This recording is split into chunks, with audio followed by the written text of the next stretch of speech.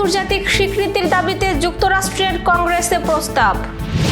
নির্বাচন ইস্যু জিইয়ে বিএনপিকে চাপে রাখার কৌশলে জামায়াত। কুমিল্লায় বাস ট্রেন সংঘর্ষে যশোর ঝিনাইদহের 7 জন সহ নিহত 12, ক্ষতিপূরণ ঘোষণা রেল কর্তৃপক্ষের। ঈদের দ্বিতীয় দিনে যশোরে যানজট, বিনোদন কেন্দ্রগুলোতে মানুষের ঢল। 4 বছরেও শেষ হয়নি সেতুর কাজ, দুর্ভোগে 3 জেলার মানুষ। দর্শক শূন্য স্টেডিয়ামে অনুষ্ঠিত হবে এবারের পাকিস্তান সুপার লিগ। ঈদ মোবারক। দর্শক, আমাদের রাতের আয়োজনে আপনাদের সাথে আছি আমি স্বপ্ন দেবনাথ। শুনছিলেন প্রধান শিরোনাম। এছাড়াও রয়েছে দক্ষিণ পশ্চিমাঞ্চলের রাজনৈতিক, সামাজিক, অর্থনৈতিক ক্ষেত্রের বিভিন্ন গুরুত্বপূর্ণ খবর। বিস্তারিততে যাওয়ার আগে আপডেট খবর পেতে গ্রামীণ কাগজের ইউটিউব চ্যানেল সাবস্ক্রাইব এবং ফেসবুক পেজ ফলো করে রাখুন।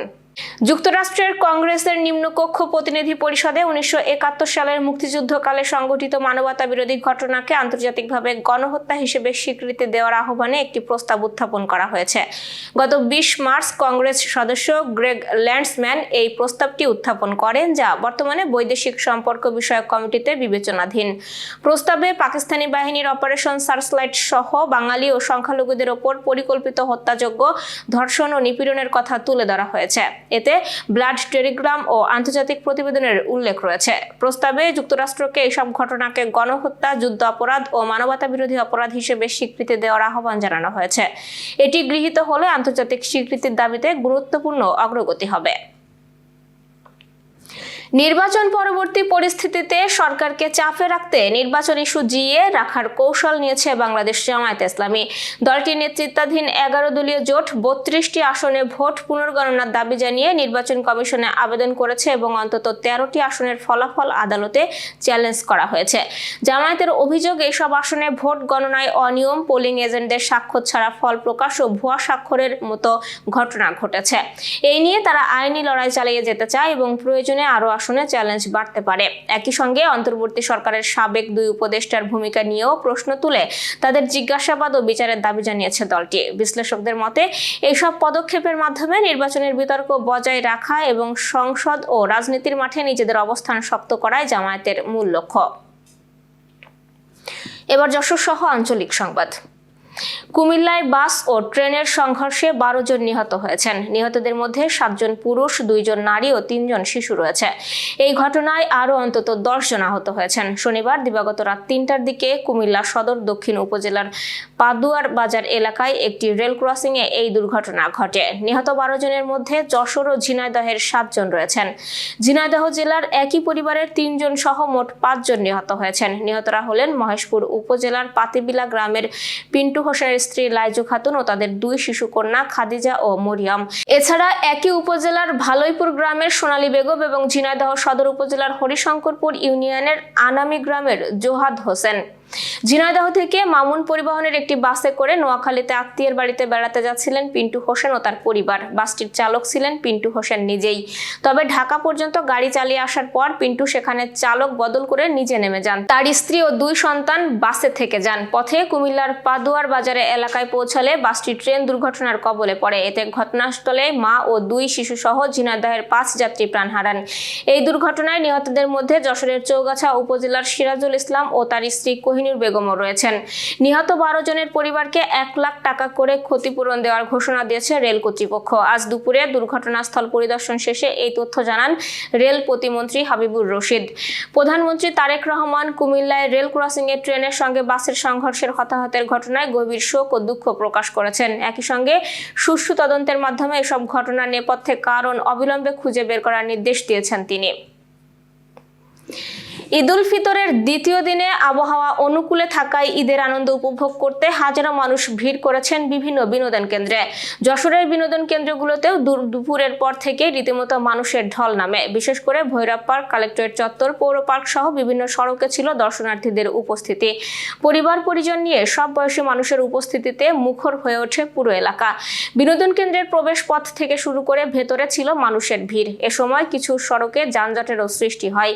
বিভিন্ন রাইডে চড়া, বন্ধু পরিবার পরিজন নিয়ে ছবি তোলা, খাওয়া দাওয়া সবকিছু মিলে বিনোদন কেন্দ্রগুলোতে রাত পর্যন্ত বিরাজ করছে আনন্দ ঘন পরিবেশ। 4 বছর ধরে বন্ধ পড়ে আছে ঝিনাইদহ, মাগুরা ও রাজবাড়ী জেলার সংযোগস্থল গড়াই নদীর লাঙ্গলবাঁধ নাদুরিয়া সেতুর নির্মাণ কাজ। আমাদের প্রতিনিধি এম হাসান মুছা জানিয়েছেন, প্রবল স্রোতে সেতুর একাধিক স্পান ভেঙে পড়ার পর থেকেই থমকে যায় পুরো প্রকল্প। এখন প্রতিদিন হাজারো মানুষ জীবনের ঝুঁকি নিয়ে ইঞ্জিন চালিত নৌকায় পারাপার করছেন। ঈদ পূজার সময় এই দুর্ভোগ কয়েক গুণ বেড়ে যায়। স্থানীয়দের অভিযোগ, সেতু ভাঙার কারণ নিয়ে সঠিক তদন্ত হয়নি, আর দীর্ঘদিনেও কাজ পুনরায় শুরু হয়নি। গুরুত্বপূর্ণ এই ঘাটটি 3 জেলার ব্যবসা বাণিজ্য ও যাতায়াতের প্রধান পথ হওয়ায় ভোগান্তি এখন চরমে। এলাকাবাসীর দাবি, দ্রুত সেতু নির্মাণ কাজ শেষ করে তাদের দুর্ভোগ লাঘব করা হোক, না হলে বড় দুর্ঘটনার আশঙ্কা থেকেই যাচ্ছে।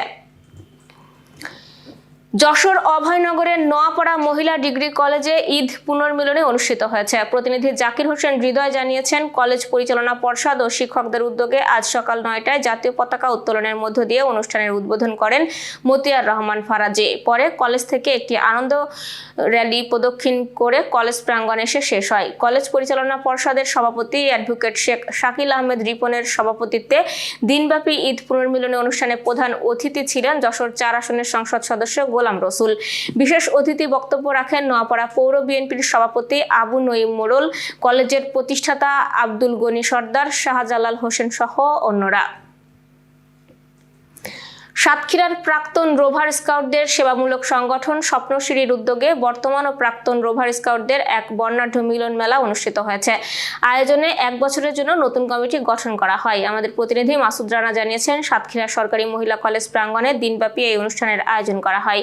পুরানো বন্ধুদের সান্নিধ্য আর স্মৃতিচারণে অনুষ্ঠানস্থল এক উৎসব মুখর মিলন মেলায় পরিণত হয়। অনুষ্ঠানে প্রধান অতিথি ছিলেন সাতক্ষীরা সরকারি কলেজের অধ্যক্ষ প্রফেসর বাসুদেব বসু।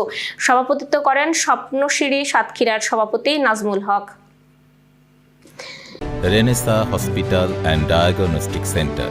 রেনেসাতেই মিলছে কম খরচে উন্নত সেবা, তাই নিশ্চিন্তে আমাদের সেবা নিন, সুস্থ থাকুন। Renaissance hospital and diagnostic centre, সদর হাসপাতাল মোড়, দরাটানা, যশোর। দর্শক, শেষ করব খেলার সংবাদ দিয়ে। মধ্যপ্রাচ্যে চলমান সংকটের প্রভাব পড়েছে পাকিস্তান সুপার লিগেও। সরকারি সাশ্রয়ী নীতির অংশ হিসেবে আসন্ন আসরের ম্যাচগুলো দর্শক শূন্য স্টেডিয়ামে আয়োজনের সিদ্ধান্ত নিয়েছে পাকিস্তান ক্রিকেট বোর্ড। আজ লাহোরে সংবাদ সম্মেলনে পিসিবি চেয়ারম্যান মাহসিন নাকভি জানান, পরিস্থিতি স্বাভাবিক না হওয়া পর্যন্ত সব ম্যাচই হবে দর্শক ছাড়াই। একই সঙ্গে পুরো টুর্নামেন্ট সীমিত রাখা হয়েছে মাত্র 2টি ভেন্যু, করাচি ও লাহোরে, যাতে দলগুলোর ভ্রমণ কমানো যায়। নাকভি বলেন, বর্তমান পরিস্থিতি কতদিন স্থায়ী হবে আমরা জানি না। তিনি আরো জানান, জনসাধারণের চলাচল কমাতেই এমন সিদ্ধান্ত নেওয়া হয়েছে। এর অংশ হিসেবে উদ্বোধনী অনুষ্ঠানও বাতিল করা হয়েছে। 11তম আসরের PSL শুরু হবে 26শে মার্চ, চলবে 3 মে পর্যন্ত। উদ্বোধনী ম্যাচে গাদ্দাফি স্টেডিয়ামে মুখোমুখি হবে বর্তমান চ্যাম্পিয়ন লাহোর কালান্দার্স ও হায়দ্রাবাদ কিংসম্যান।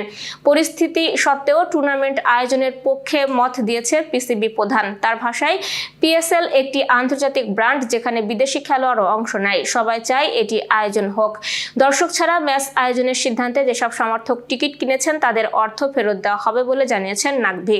একই সঙ্গে এজন্য দুঃখ প্রকাশ করেছেন তিনি। দর্শক, এই ছিল আজকে রাতের আয়োজন। এরপর সকালের খবর দেখার আমন্ত্রণ জানাচ্ছি। ঈদ আনন্দে খাদ্য গ্রহণে সতর্ক থাকুন এবং পর্যাপ্ত পানি পান করুন।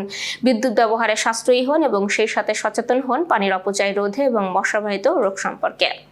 শুভরাত্রি।